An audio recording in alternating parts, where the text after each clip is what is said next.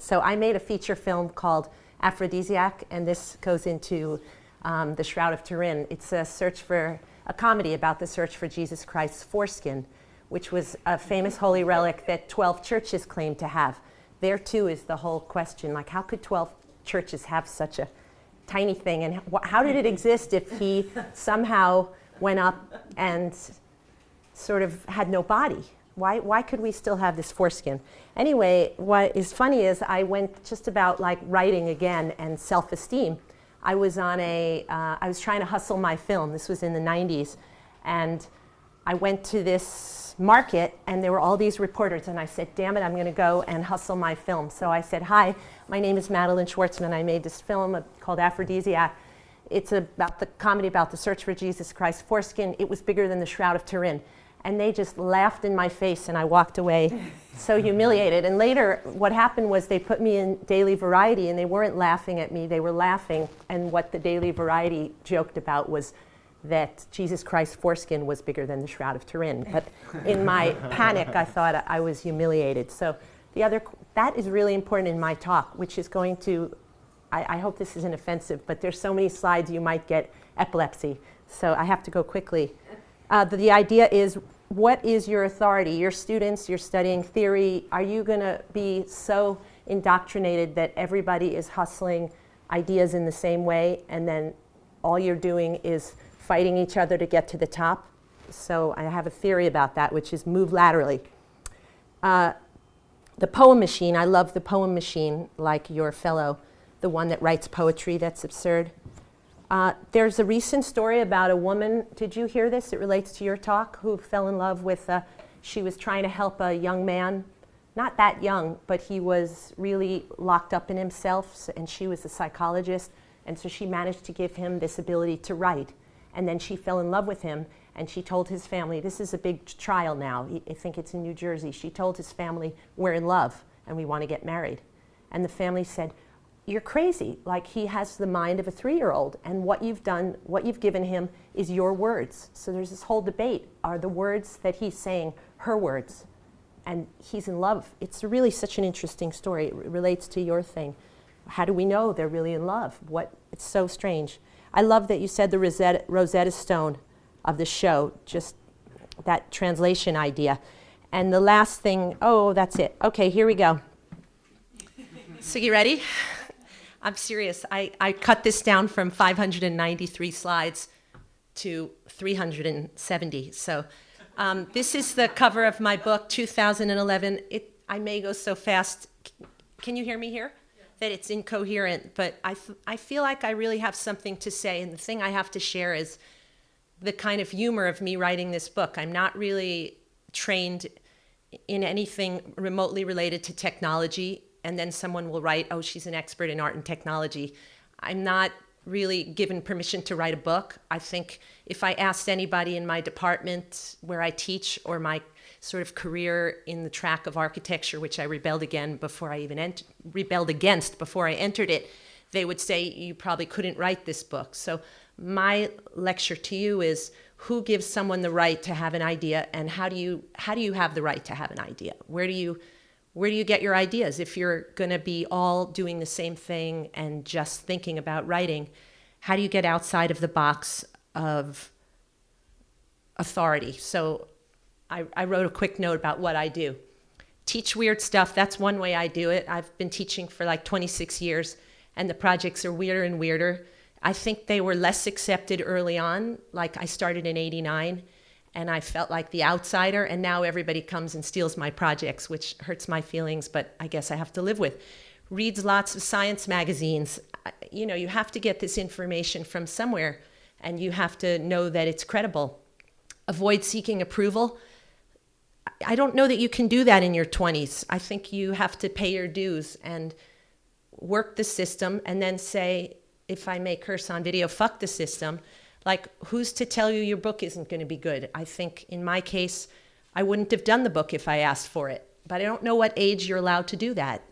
I think I had ideas in my 20s that were really good that I just dismissed. Now I can revisit them and say, why did I do that? Move laterally means if you're climbing up the art criticism world and fighting against everybody that's doing the exact thing, then there's only little one spot and everybody's article's cut. But if you move laterally, which is going to Clement's talk, it's looking between photos or between disciplines. Avoid power structures. Again, I don't know at what age you can do that. It's hard to do that when you're very young because you believe in the system. I'm not telling you your program's bad or anything. I'm just saying within every system, you have to believe there's originality. No longer cast an idea off. If I thought of it, trust it. I still have stupid ideas. Work within many disciplines. That's probably the key of my writing. If you work between too many disciplines, you have no people to support what you do. If you stay within one discipline, you're eventually known as the person that does that discipline. So for years, I've been the person that does multiple disciplines, and therefore my pool of respect, I think, is a smaller thing because I jump around too much. Eventually, though, you're doing so many disciplines and working on something because of those disciplines that you write something that gets some respect. I find an irony in what's respected and what's not, if I don't say that again. Look across disciplines means within one discipline, it's too small. Architecture, for example, which I'm sort of in because of teaching, and bizarrely, a licensed architect is not really, oh gosh, I have so many slides, I better hurry up. After this, I'm gonna go quickly, but just to give you what I do. You have to look across disciplines because things are happening and you don't know it. I parent twins, they're 12, so it's hard to do anything. And I make films and videos and write fiction. I'm on my second novel. Those have not emerged. So what I'm gonna show you to give you a summation is where the book came from my teaching. In all the images you're about to see, I never showed them one image from my book. I didn't even know those things existed. They all came post this. And then like somebody said, oh, I don't think you should have student work. And I listened. Publisher also said, I don't think you should have student work in the first book. Every time I lecture, people come up and beg me for more student work. So again, there I listened. This next book, I didn't listen as much, and that won't be out till next year. So here goes video and images, and then I'll show you a little bit of the weird career I've had, and then I'll go into the book, and I'll show you a little bit of my new book. So these are videos of these body sensory projects that came out of performances. These are either sophomores at Barnard and Columbia. She's saying I or me and engaging one ear or the other. It has like a conceptual thing about the self. But you can see what young students can do with technology.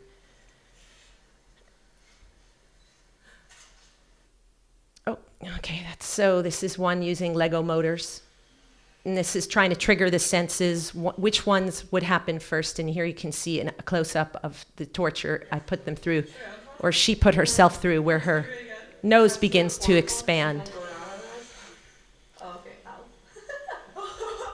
And I'm getting toward the fact that this is where the book comes from. So where does your writing come from? This student had like a crystal meth lab in the place because the bottom responds to breath. It's about after image and aftertaste, and he used all these chemicals. And she's doing something simple. She's just opening her mouth and looking at the relationship of a piece. Here's the crystal meth lab where he blows into the bottom to engage in aftertaste, and so that you can visualize it. So what you teach can really lead to big ideas. I'm going to go even faster after these videos. There's a lot of them. That's the after image. So skipping along, students that looked at the contours of the face and then made these big things that were then given cladding, and they all have their content. And by now I've written the book, so I can show them images from the book. This fellow's got a little wearable thing that sort of expands out at you, whether it's like a second skin or hair. And this is the woman who was my assistant on See Yourself X'd, and she was like the first student in all these years to work on lactation in the class. This is like a Oscar Schlemmer-ish lactation thing.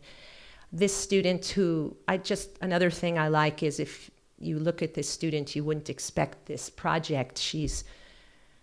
So how do people see us again? And then she did this incredible little robotic project. This is also post-book. But this thing is really nothing more than a set of segments that the way they're joined together has this fluidity. So we're doing the student work. My work is weird, just to give you an idea of how you become someone that looks across disciplines. I'm in graduate school. This is where the Zeckendorf building is on 14th Street. So I'm pretty outside of the box at school, you know, using weird paper, maybe sometimes disrespected like you're an artist, though I wasn't, and then respected ultimately once I paid my dues. What was interesting career-wise is after I graduated, a friend of mine and I got together to do something for the Yale Cabaret, which is where they put on performances. And most times there's a little stage and you do something in the middle. Instead, we did this giant installation of linoleum forms.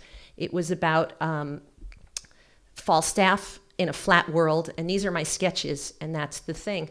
So this really does relate to my writing. This is one of those cases where I said, who cares if they do their proscenium thing in the middle or a free-floating stage? I'm going to do it all over. Then people that taught there as sent me to like meet Jerome Robbins and all this stuff, and I'm sort of like, whoa, what's happening? At the time, I had a family member that was sick, so that never really emerged as a path, but I saw that when you move laterally, you really go places. I even did a door in Vienna when I worked for an architect. I can hardly believe I did that. Then I made movies. This is Anne Hampton Callaway. I'm showing these on December 2nd at the Morbid Anatomy Museum, the Campus Trilogy. She plays Orpheus descending through the physics building. That's Persephone, and meanwhile, the projection of all of the ills of nuclear radiation are projecting. This is Adam and Eve and Lilith in a classroom showdown, or Adam, Lilith, and Eve in a showdown for Adam. And this is the Great Mother in my film Dial P for Pagan, a group of tenured professors that have an ancient Roman religious cult going on. The roof of St. John the Divine. We saw, again, a lot of us are linked, St. John the Divine. This is Purim. Now, before video was big, I went into an area of Brooklyn where Hasidic Jews live and got the costumes on Purim. So this is really related to my new book and the head in some way. And then I curate. These are two shows. Suzanne is in this show. This is up now in California at Irvine. And that came out of my website, my Facebook for See Yourself Sensing. So the other thing is, where do things come from? How do you get to write? Like, is the stupid place where you dump all your ideas something people will look at? Yes, it turns out. It's an interesting thing. This is Objects of Wonder, and there's Suzanne stuff, and we're like, it's the day before, and we need a table for her work. So I got down with a piece of paper, drew a table, and these guys that we're paying money to just made the table right there. And I thought, geez, maybe that's where I'm going to make my career in table design. So I want that table back. Key conceptual images for the book, like the idea that we don't really know our head. This is as weird. We have to excavate our own head. Well, we don't. Why do we have two eyes? This is where I'm going to go really fast. I love this image. I'm not going to tell you whose work this is in every case, but this led me to think we don't have to look that way. Why does the ear have to be where it is? Stellarch. Might we set ourselves on fire in a gallery and self-immolate for about 24th of a second and then have ourselves extinguished? And why? Well, why should the middle class experience self-immolation? Because it's interesting. This is a blind date. So these are the things that, this is because they think that you'll see later that smell comes first. It's not that they're handsome or smart. It's how they smell. If they don't smell like you. I don't know how it works with women and women and men if you're not meant to procreate. But in the case of procreation, you're supposed to have genes that are not similar. So all the time you're wondering why you picked that person. It just was smell. And it's not the smell that you smell, so you may not like it. And then the future. So here we go. This is the book launch where he is, Lawrence Malstoff, doing his project where and here it is in a minute, I think there's a video, he shrink wraps himself. So this is about all full body sensation. So you have to look at a lot of stuff when you're doing this and not just stick to the sensation that you know. And the whole audience thought he was going to die, but actually he says it's like a hug. The plane crash. I use this for both of my books. It's the plane crash that led to book 2. I was going to a book talk, and my plane crashed in Detroit. We hit a bus when we were deep taxiing at a million miles an hour. It felt like a little bump, but it wasn't. This is a major bus, and I'm thinking, well, if it were a little closer and we ripped off the ring, thank God I was on the right side of the plane. Everybody on the left is looking at this thing. The pilot's probably, in Loserville now because that's a very expensive thing. And I'm sitting there thinking about rear view mirrors and the width of the body.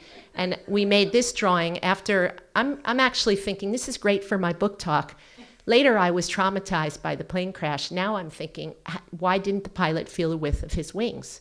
If you feel the width of your car, surely you do. So I started asking the handsome pilots in Detroit, where I had to walk around the airport, and these two were in their 20s and they didn't feel the width of their wings. But the guy who was just about to retire said he really felt the width of his wings.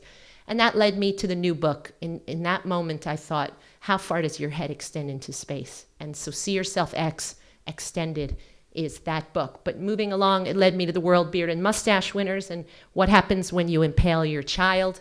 And if you have new sensory experiences like sexual mustache touches, and why do you go up and why do you go down, and the longest mustache in the world, and how he's so excited, everybody's holding it, and it's like attached to a camel, but he rolls it up when he's angry or tired.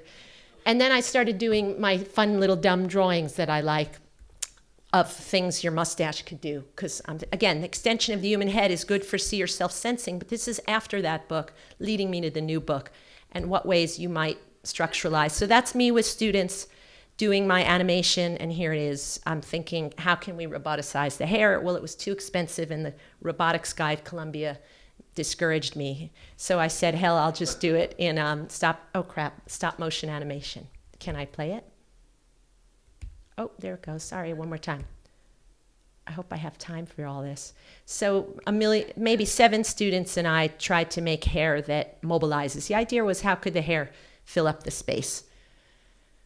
So you want to use your writing to make work if you're making work. And that's what I want to do. So I'm extending right into the new book. After See Yourself Sensing, I have to make lectures, so I'm thinking of all these sensory things where, what if your hair is long or wide, or your ears are big, or you use your longest beard in the world, which is in the new book. Strangely, a bunch of people from the Smithsonian Institution got it donated from somebody's attic. So, and then you see that it changes color, because the newer it is, the more bright it is, and the older it is, the more faded, or however that works.